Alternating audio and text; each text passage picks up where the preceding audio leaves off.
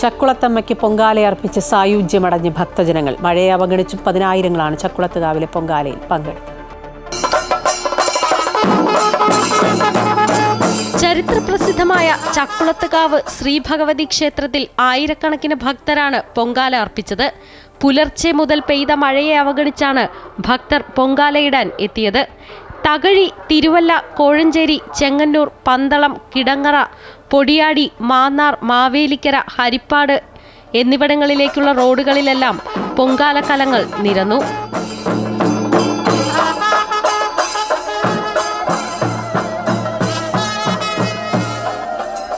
അഷ്ടദ്രവ്യ മഹാഗണപതി ഹോമത്തിനും വിളിച്ചുചൊല്ലി പ്രാർത്ഥനയ്ക്കും ശേഷം 10:30 മുഖ്യ കാര്യദർശി രാധാകൃഷ്ണൻ നമ്പൂതിരി ക്ഷേത്ര ശ്രീകോവിലിലെ കെടാവിളക്കിൽ നിന്നും പണ്ടാര അടുപ്പിലേക്ക് അഗ്നി പകർന്നു.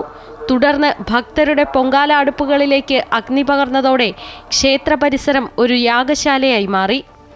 പൊങ്കാലയുടെ ഭാഗമായി നടന്ന ഭക്തജന സംഗമം രാധിക സുരേഷ് ഗോപി ഉദ്ഘാടനം ചെയ്തു.